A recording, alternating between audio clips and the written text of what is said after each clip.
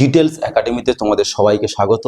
মাধ্যমিক ভূগোল সিলেবাসের ফার্স্ট চ্যাপ্টার অর্থাৎ বহির্জাত প্রক্রিয়া ও তার দ্বারা সৃষ্ট ভূমিরূপ, এই চ্যাপ্টারটা থেকে আজকের আমার 2 নম্বর ক্লাস। আমরা প্রথম ক্লাসে বিভিন্ন বহির্জাত প্রক্রিয়াগুলো সম্পর্কে ডিটেলসে আলোচনা করেছিলাম। আজকের আমরা এই ক্লাসে বহির্জাত প্রক্রিয়ায় সাহায্যকারী যে বহির্জাত শক্তিগুলো আছে, সেই শক্তিগুলোর মধ্যে 3টে শক্তি তোমাদের সিলেবাসে রয়েছে: নদী, হিমবাহ এবং বায়ু। তার মধ্যে থেকে আজকের আমরা নদীর ক্লাস শুরু করছি। আমরা আজকের এই ক্লাসে নদীর সংজ্ঞা জানব এবং নদী সম্পর্কিত বিভিন্ন রকমের তথ্য, অর্থাৎ তোমাদের বইয়ের ভাষায় যাকে বলা যায় বিভিন্ন পরিভাষাগুলো সম্পর্কে ডিটেলসে আমরা আজকের ক্লাসে আলোচনা করব। তোমরা ক্লাসটা প্রথম থেকে শেষ পর্যন্ত মন দিয়ে দেখো এবং আমি আশা করি তোমাদের অবশ্যই ক্লাসটা উপকারে আসবে। আর যারা আজকের এই ক্লাসটা প্রথম দেখছো তারা অবশ্যই প্রথম ক্লাসটা দেখে নাও এবং চ্যানেলটাকে সাবস্ক্রাইব করে রাখো এবং পাশে থাকা বেল আইকনে ক্লিক করে অল নোটিফিকেশন অন করে রাখো। আর সপ্তাহে এই রকম তোমরা 2টো করে ভূগোলের ক্লাস পাবে, তাই তোমরা এখন থেকে খুব ভালো করে পড়াশোনা শুরু করে দাও। আমি আশা করছি মাধ্যমিক রেজাল্ট তোমাদের খুব ভালো হবে। চলো আজকের আমরা এই ক্লাসের প্রথমেই জানবো নদী বা রিভার কাকে বলে। কোনো উচ্চভূমি বা পার্বত্য অঞ্চল থেকে বৃষ্টির জল বা তুষার গলা জলে সৃষ্ট কোনো স্বাভাবিক জলধারা যখন ভূমির প্রাথমিক ঢালকে অনুসরণ করে বহু দূরে প্রবাহিত হয়ে কোনো হ্রদ বা কোনো জলাশয় বা সমুদ্রে গিয়ে পতিত হয়, তখন সেই স্বাভাবিক জলধারাটাকে বলা হবে নদী। তোমরা একটু বোর্ডের দিকে লক্ষ্য করো, দেখো এটা একটা পার্বত্য অঞ্চল। এই পার্বত্য অঞ্চল এখান থেকে বরফ গোলা জল কিংবা বৃষ্টির জল থেকে কোনো একটা স্বাভাবিক জলধারা উৎপত্তি লাভ করছে। উৎপত্তি লাভ করে ভূপৃষ্ঠের ওপর থেকে দেখো এইভাবে বিভিন্ন অঞ্চলের ওপর থেকে প্রবাহিত হয়ে গিয়ে কোনো একটা হ্রদ বা জলাশয়ে গিয়ে পড়ছে। এই স্বাভাবিক জলধারাটাকে আমরা কি বলবো? নদী। আর এখান থেকে তোমরা আর একটা কথা মনে রাখবে, এই নদী সংক্রান্ত আলোচনা অর্থাৎ বিজ্ঞানের যে শাখায় এই নদী সংক্রান্ত আলোচনা করা হয় সেই শাখাটাকে বলা হয় পোটামোলজি। তোমরা এই পোটামোলজি কথাটাকে খুব ভালো করে মনে রাখবে। এবারে আমরা জানবো নদীর উৎস অর্থাৎ অরিজিন অফ রিভার। কেমন না, নদীটা ঠিক যে স্থান থেকে উৎপত্তি লাভ করছে সেই স্থানটাকেই বলা হবে নদীর উৎস অঞ্চল, অরিজিন অফ রিভার। যেমন আমাদের ভারতের প্রধান নদী বা দীর্ঘতম নদী গঙ্গা। এই গঙ্গার উৎসস্থল কি তোমরা সবাই জানো না? গঙ্গোত্রী হিমবাহের গোমুখ গুহা। এবারে আমরা জানবো নদীর মোহনা বা মাউথ অফ রিভার। নদী ঠিক যেখানে উৎপত্তি লাভ করে তাকে যেমন নদীর উৎস বলা হয়, নদী ঠিক যেখানে গিয়ে শেষ হয়ে যায় অর্থাৎ যে সাগর মহাসাগর বা হ্রদে গিয়ে শেষ হয়ে যায়, সেই সাগর মহাসাগর হ্রদকে কিন্তু আমরা বলবো নদীর মোহনা। যেমন আমাদের গঙ্গা নদীর মোহনা হচ্ছে বঙ্গোপসাগর। আর এখান থেকে তোমরা একটা কথা মনে রাখবে যে নদীর মোহনা যদি চওড়া বা প্রশস্ত হয় তখন তাকে কিন্তু বলা হবে ইস্টুয়ারি বা খাঁড়ি। নেক্সট আমরা জানবো নদী উপত্যকা বা রিভার ভ্যালি। দেখো নদীর উৎস থেকে মোহনা পর্যন্ত যে উভয় দিকে যে উচ্চভূমি অবস্থান করছে, মনে করো এটা উচ্চভূমি আর মনে করো এটা উচ্চভূমি, এই উভয় দিকে যে উচ্চভূমি অবস্থান করছে এই উচ্চভূমির মধ্যবর্তী সংকীর্ণ এবং দীর্ঘ যে ভূমিভাগটা অবস্থান করছে, এই টোটাল ভূমিভাগটাকেই আমরা বলবো নদী উপত্যকা বা রিভার ভ্যালি। যদি আমরা আরেকটু ভালো করে দেখি, মনে করো আমি নদীটাকে প্রস্থচ্ছেদ করলাম। নদী উপত্যকার আকৃতি দুরকম হয়, একটা আই আকৃতি হয় আর ভি আকৃতি হয়। আমি ভি আকৃতিতে দেখাচ্ছি। এই ভি আকৃতি নদী উপত্যকার এই যে উচ্চভূমির শেষ আর এই যে উচ্চভূমির শেষ, অর্থাৎ এই মধ্যবর্তী এই টোটাল অঞ্চলটাকে কিন্তু আমরা বলবো নদী উপত্যকা বা রিভার ভ্যালি। যেমন পৃথিবীর বৃহত্তম নদী উপত্যকা হলো আমাজন নদীর উপত্যকা। নেক্সট আমরা জানবো নদী খাত বা রিভার ক্যানেল। এটা কেমন না, এই নদী উপত্যকার মধ্য থেকে যেটুকা অংশ, যে খাতটার মধ্য থেকে নদীর জলটা প্রবাহিত হয় সেই খাতটাকে কিন্তু আমরা বলবো নদী খাত বা রিভার ক্যানেল। ঠিক এই ছবিতে দেখো, এখানে এই টোটালটা হচ্ছে কিন্তু নদী উপত্যকা, আর নদী উপত্যকার মধ্যে এইটুকা অংশ থেকে জল বয়ে যায়, এইটুকা অংশ হয়ে কিন্তু আমরা বলবো নদী খাত। তাহলে নদী খাত আর নদী উপত্যকার মধ্যে মূল পার্থক্য কি না, নদী উপত্যকার মধ্যেই কিন্তু নদী খাত অবস্থান করে। নেক্সট জানবো প্রধান নদী বা মেন রিভার। অর্থাৎ কোনো একটা অঞ্চল বা কোনো একটা অববাহিকা অঞ্চলের ওপর থেকে প্রবাহিত সব থেকে বড় বা দীর্ঘতম নদীকেই কিন্তু বলা হবে প্রধান নদী। এই অঞ্চলে দেখো এটাই সব থেকে দীর্ঘতম এবং সব থেকে বড় নদী, অর্থাৎ এই অঞ্চলের এটাই হলো প্রধান নদী। যেমন আমাদের ভারতের গঙ্গা হলো ভারতের প্রধান নদী। নেক্সট কি, উপনদী বা ট্রিবিউটারি। ছোট ছোট উচ্চভূমি থেকে ছোট ছোট নদী যখন উৎপত্তি লাভ করে প্রধান নদীর উভয় দিকে মিলিত হয়, তখন সেই নদীগুলোকে বলা হবে উপনদী বা ট্রিবিউটারি। দেখো এখানে এই একটা উচ্চভূমি, এখান থেকে ছোট একটা নদী উৎপত্তি লাভ করে প্রধান নদীর সঙ্গে মিলিত হয়েছে। এই একটা উচ্চভূমি এখান থেকে উৎপত্তি লাভ করে এসে মিলিত হয়েছে, আবার এই একটা উচ্চভূমি এখান থেকে উৎপত্তি লাভ করে এসে মিলিত হয়েছে। অর্থাৎ এই নদীগুলোই কিন্তু, অর্থাৎ উপনদীগুলোই কিন্তু প্রধান নদীতে জলের যোগান অব্যাহত রাখে বা জলের যোগান বজায় রাখে। যেমন আমাদের ভারতের গঙ্গা নদীর প্রধান উপনদী হলো যমুনা, এবং এছাড়াও ঘরঘরা, গোমতী, রামগঙ্গা, সোন এগুলোও কিন্তু গঙ্গার একটা করে উপনদী, যারা ক্রমাগত গঙ্গার জলের যোগান অব্যাহত রেখেছে। নেক্সট কি, প্রো উপনদী বা যাকে আমরা প্রো ট্রিবিউটারি বলবো।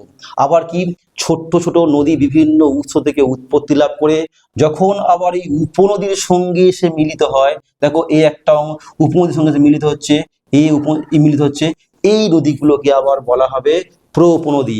এরা কিন্তু উপনদীতে আবার জলের যোগান সবসময় বজায় রাখছে। যেমন কি আমাদের যমুনার প্রো উপনদী হলো চম্বল। নেক্সট জানবো শাখা নদী বা ডিস্ট্রিবিউটারি। না, নদীর বদ্বীপ প্রবাহে বা নিম্ন গতিতে মূল নদী থেকে যখন ছোট্ট ছোট নদীগুলো বাইরে বেরিয়ে যাচ্ছে, বেরিয়ে গিয়ে অন্য কোনো জলাশয়ে বা হ্রদে বা সাগরে কিংবা ওই নদীতেই গিয়ে মিলিত হচ্ছে, তখন সেই ছোট ছোট নদীগুলোকে বলা হবে শাখা নদী বা ডিস্ট্রিবিউটারি। যেমন আমাদের গঙ্গা নদীর প্রধান শাখা নদী হলো ভাগীরথী এবং হুগলি। নেক্সট কি, প্রো শাখা নদী বা প্রো ডিস্ট্রিবিউটারি। এটা কেমন না, শাখা নদীগুলো থেকে যখন আবার ছোট ছোট নদীগুলো বাইরে বেরিয়ে গিয়ে অন্য কোনো জলাশয়ে গিয়ে পড়ছে, তখন সেই ছোট ছোট নদীগুলোকে বলা হবে প্রো শাখা নদী বা প্রো ডিস্ট্রিবিউটারি। নেক্সট কি আছে, নদী অববাহিকা, খুব ইম্পর্টেন্ট, যাকে বলা হবে রিভার বেসিন।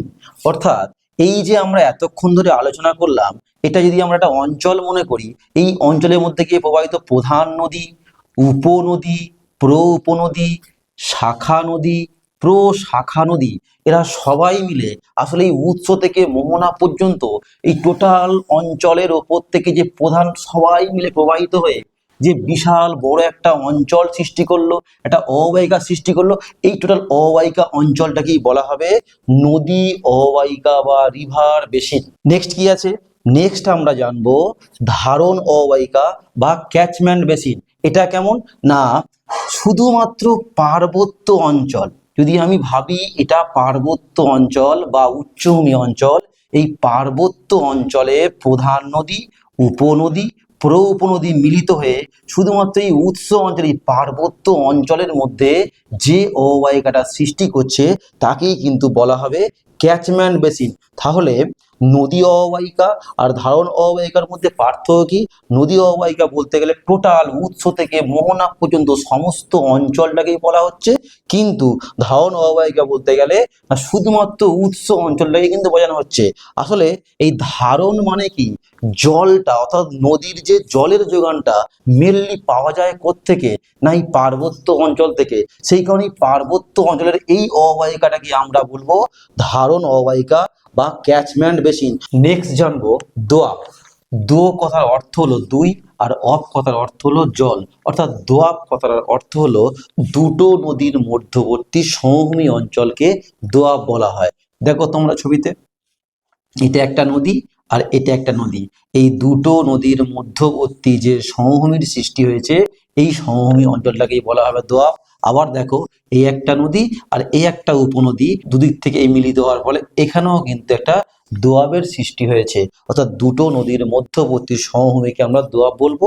আর এই দোয়াব অঞ্চল কিন্তু অত্যন্ত উর্বর হয়, কৃষিকাজ এখানে খুব ভালো হয়। এবার আমরা জানবো যে আমাদের সিন্ধু নদীর যে 5টা উপনদী আছে, তার মধ্যে বিপাশা, ইরাবতী, চন্দ্রভাগা, বিতস্তা, এই 4টি নদী তোমরা সিরিয়াল নাম্বারে মনে রাখবে।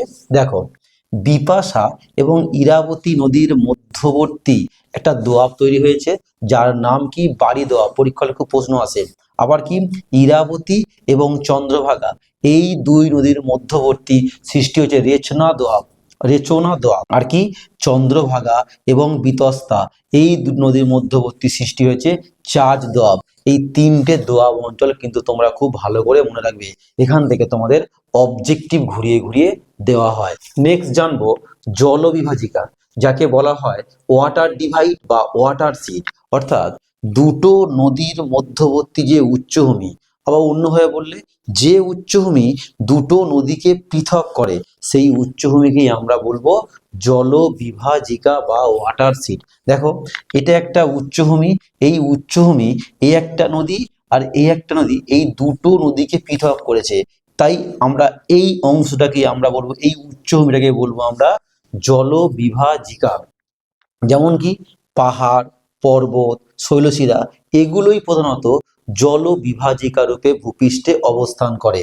আমাদের ভারতের হিমালয় পর্বতমালা, পশ্চিমঘাট পর্বতমালা, বিন্ধ্য পর্বত, এই পর্বতগুলো কিন্তু উল্লেখযোগ্য জলবিভাজিকা। আর কি জানবো আমরা, এশিয়া মহাদেশের মধ্যভাগের উচ্চভূমি বা পার্বত্য অঞ্চল হলো পৃথিবীর বৃহত্তম জলবিভাজিকা। নেক্সট জানবো নদী সঙ্গম বা বলা হয় রিভার জাংশন। যখন দুটো নদী কোনো একটা স্থানে এসে মিলিত হয় সেই স্থানটাকেই বলা হবে নদী সঙ্গম বা রিভার জাংশন। দেখো এই একটা প্রধান নদী আর এই নদীর সঙ্গে এই একটা উপনদী এসে এই মিলিত হয়েছে, অর্থাৎ এই যে স্থানটা, এই স্থানটাকেই কিন্তু আমরা বলবো নদী সঙ্গম। আবার দুটো প্রধান নদী হতে পারে, এই একটা প্রধান নদী আর এই একটা হতে পারে, এই যে স্থানটা মিলিত হলো এই স্থানটাকেই আমরা কিন্তু কি বলবো নদী সঙ্গম। তাহলে আমার এই চিত্রে এটা একটা নদী সঙ্গম, এটা একটা নদী সঙ্গম, এটা একটা নদী সঙ্গম। যেমন আমাদের ভারতের গঙ্গা এবং যমুনার সঙ্গম স্থল হলো এলাহাবাদ। ক্লাসটা আর বাড়ালাম না, আজকের ক্লাসটা আমি এখানেই শেষ করলাম। তোমাদের সঙ্গে দেখা হচ্ছে নেক্সট ক্লাসে।